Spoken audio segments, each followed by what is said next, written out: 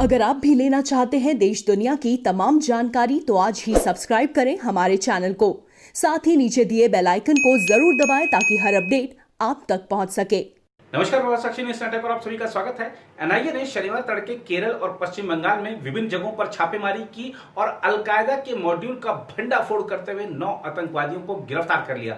इनके पास से जो सामग्री जब्त हुई है वो दर्शा रही है, साफ साफ बता रही है कि ये अपने आका पाकिस्तानी हैंडलर्स के साथ संपर्क में थे और इन लोगों की योजना राष्ट्रीय राजधानी क्षेत्र यानी दिल्ली एनसीआर में विभिन्न जगहों पर हमले करने की थी। हम आपको स्मरण दिलाना चाहेंगे कि लगभग 15 दिन पहले दिल्ली में एक आतंकवादी गिरफ्तार किया गया था और उसकी भी दिल्ली एनसीआर में ही हमले की योजना थी। इस तरीके की रिपोर्टें आई थी। आज की इस रिपोर्ट में हम बात करेंगे एनआईए की इस छापेमारी की और राष्ट्रीय सुरक्षा सलाहकार अजीत डोभाल की बात भी करेंगे, क्योंकि उन्होंने शुक्रवार को एक बड़ी महत्वपूर्ण बात कही है और कहा है कि साइबर स्पेस में जब आप कुछ काम कर रहे हैं, खासतौर पर इस समय जो कोरोना काल में अधिकतर लोग इंटरनेट के जरिए ही अपने सारे काम निपटा रहे हैं, तो ऐसे में हमें बहुत ज्यादा सतर्क रहने की जरूरत है। साइबर सिक्योरिटी के लिए भारत सरकार अपनी रणनीति लेकर आई है, उसके बारे में भी उन्होंने बताया है काफी कुछ। इस रिपोर्ट में उस पर भी बात करेंगे। सबसे पहले बात करते हैं कि जो एनआईए ने छापेमारी की है उस बारे में। राष्ट्रीय जांच एजेंसी यानी एनआईए ने शनिवार को केरल और पश्चिम बंगाल में कई स्थानों पर एक साथ छापेमारी कर पाकिस्तान प्रायोजित अलकायदा के मॉड्यूल के 9 आतंकवादियों को गिरफ्तार किया। एक अधिकारी ने यह जानकारी देते हुए बताया कि एनआईए ने केरल के एर्नाकुलम और पश्चिम बंगाल के मुर्शिदाबाद में शनिवार तड़के छापेमारी की। एनआईए ने पश्चिम बंगाल और केरल सहित देश के विभिन्न स्थानों से चल रहे अलकायदा के अंतर्राज्यीय मॉड्यूल का भंडाफोड़ किया है। अधिकारी ने बताया कि यह समूह निर्दोषों की हत्या करने के उद्देश्य से देश के प्रमुख प्रतिष्ठानों पर आतंकवादी हमले की योजना बना रहा था। उन्होंने बताया कि एनआईए ने 11 सितंबर को मामला दर्ज कर जांच शुरू की थी। अधिकारी ने बताया कि छापेमारी के दौरान पश्चिम बंगाल के 6 और केरल से 3 आतंकवादियों को गिरफ्तार किया गया। एनआईए ने मुर्शिद हसन, याकूब बिस्वास, मुशरफ हुसैन को एर्नाकुलम से गिरफ्तार किया है, जबकि नजमुस साकिब, अबू सुफियान, मैनुल मंडल, लियू यिन अहमद, अल मामून कमाल और अतितुर रहमान को मुर्शिदाबाद से गिरफ्तार किया है। शुरुआती जांच से खुलासा हुआ कि गिरफ्तार व्यक्तियों को पाकिस्तान में रह रहे अलकायदा के आतंकवादी सोशल मीडिया मंच के जरिए कट्टरपंथी बना रहे थे और उन्हें राष्ट्रीय राजधानी क्षेत्र एनसीआर सहित विभिन्न स्थानों पर हमले के लिए उकसा रहे थे। अधिकारी ने बताया कि मॉड्यूल सक्रियता से पैसे जुटा रहा था और उसके सदस्यों की योजना नई दिल्ली जाकर हथियार और गोला बारूद खरीदने की थी। उन्होंने बताया कि इनकी गिरफ्तारी से देश के विभिन्न हिस्सों में संभावित हमले टल गए।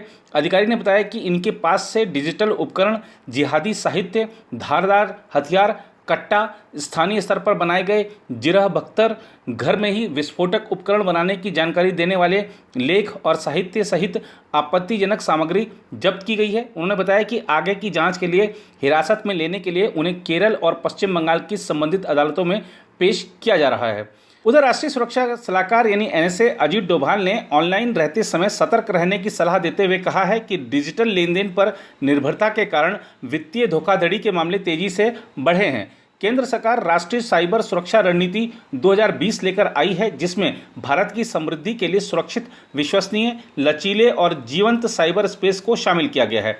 डोभाल ने शुक्रवार को केरल पुलिस की ओर से डाटा प्राइवेसी व हैकिंग पर आयोजित कॉन्फ्रेंस में कहा, कोरोना महामारी के कारण काम करने के माहौल में बदलाव आया है, डिजिटल पेमेंट प्लेटफॉर्म पर निर्भरता बढ़ी है। उन्होंने कहा कि ऑनलाइन काफ़ी डेटा शेयर हो रहा है और सोशल मीडिया की मौजूदगी भी लगातार बढ़ रही है। जहां हम अपने ज़्यादातर काम ऑनलाइन कर रहे हैं, ऐसे में हैकर भी इसे अपने लिए अवसर के तौर पर देख रहे हैं। सीमित सतर्कता के चलते साइबर अपराध में 500% की बढ़ोतरी हुई है। डिजिटल पेमेंट प्लेटफॉर्म पर अधिक निर्भरता के कारण वित्तीय धोखाधड़ी के मामलों में उछाल आया है। साथ ही उन्होंने कहा, फर्जी खबरों और विभिन्न गलत सूचनाओं के चलते लोगों को फंसाया जाता है। साइबर स्पेस में मौजूद बड़ा साइबर डाटा सूचनाएं पाने के लिए सोने की खान जैसा है, जिसमें हमारे नागरिकों की निजता की अनदेखी की जा रही है। ऐसे में ऑनलाइन रहते समय लोगों को सतर्क रहने की जरूरत है। डोभाल ने केरल पुलिस और society for the policing of cyber space and information security research association के इस प्रयास की सराहना भी की। इससे पहले कॉन्फ्रेंस का उद्घाटन करते हुए केरल के राज्यपाल आरिफ मोहम्मद खान ने कहा, कोरोना के कारण इंटरनेट पर निर्भरता लोगों के जीवन का नियमित हिस्सा बन चुका है, लिहाजा ऑनलाइन रहते समय उन्हें ज़्यादा सतर्क रहने की जरूरत है। अब देश धीरे धीरे अनलॉक हो रहा है। जो लोग लॉकडाउन के दौरान अन्य राज्यों से अपने गृह राज्य वापस आ गए, खासतौर पे प्रवासी श्रमिक, अब उनके सामने दिक्कत यह है कि विभिन्न राज्य सरकारों ने अलग अलग तरह से प्रयास करके कुछ ना कुछ रोजगार देने का उनको काम किया है। लेकिन दिक्कत यह है कि एक दिन रोजगार मिल जाता है, 2 दिन घर बैठना पड़ता है, फिर एक दिन मिल जाता है, फिर 2 दिन घर बैठना पड़ता है, तो इन लोगों के खर्चे नहीं निकल पा रहे हैं। अब चूंकि अनलॉक की प्रक्रिया शुरू हो गई है, तो जिस राज्य से ये अपने गृह राज्य लौटे हैं, तो उस राज्य के जो भी इनके नियोक्ता थे वो उनको बार बार कह रहे हैं कि भैया आप वापिस आ जाओ, आपको पहले से ज्यादा पैसा देंगे, काम हमारा भी रुका पड़ा है, आप आएंगे तो हमारा भी काम चल पड़ेगा। कुछ लोगों के लिए ट्रेनों की दिक्कत हो रही है, कुछ लोगों को अन्य परिवहन साधनों की दिक्कत हो रही है, तो ऐसे में नियोक्ता अब श्रमिकों तक खुद पहुंच रहे हैं। आपको उत्तर प्रदेश की एक रिपोर्ट दिखाते हैं। अब देखिए, महाराष्ट्र से एक नियोक्ता लखनऊ पहुंचे हैं, जो कि वो एक सेंटर बनाया गया वहां पे कि आप लोग जो उनके यहाँ काम करता था कि आप लोग लखनऊ पहुंचे, लखनऊ से आपको हम लेकर जाएंगे। आज की इस रिपोर्ट में दिखाते हैं कि जो प्रवासी श्रमिक हैं वो क्या कह रहे हैं, नियोक्ता क्या कह रहे हैं।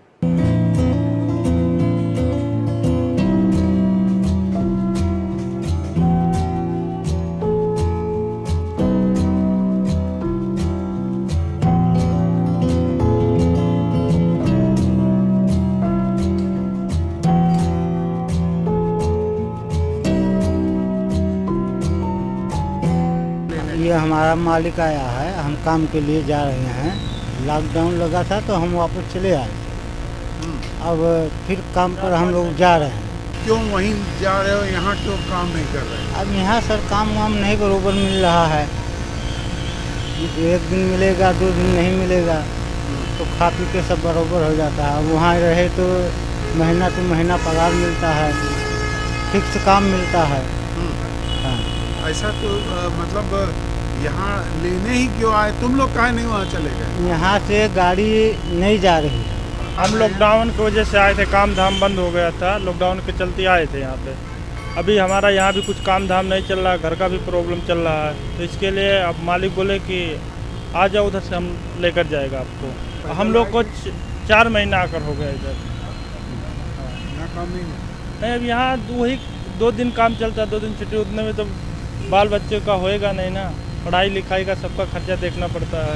तो यहाँ बराबर काम चलता तो यहीं पे परिवार चल जाता, वहाँ जाने का ज़रूरत नहीं। कोई अपने बीवी बच्चों को छोड़ के थोड़ी ना जाएगा दूसरी जगह पे, अगर यहाँ ही काम चलेगा तो।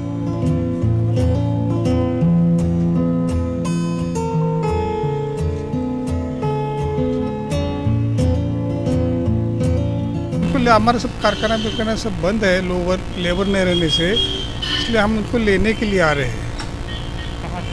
महाराष्ट्र से, नागपुर से हम आ रहे हैं, इनको लेके फिर वापस जा रहे हैं। जो लॉकडाउन लगा था उसके चलते चले आए थे, कोविड की वजह से चले आए थे। फिर इनको अभी हम लेके जा रहे हैं। इनका गांव है ये गोरखपुर ज़िले में है, तो उनको लखनऊ से हम लेने आए हैं अभी।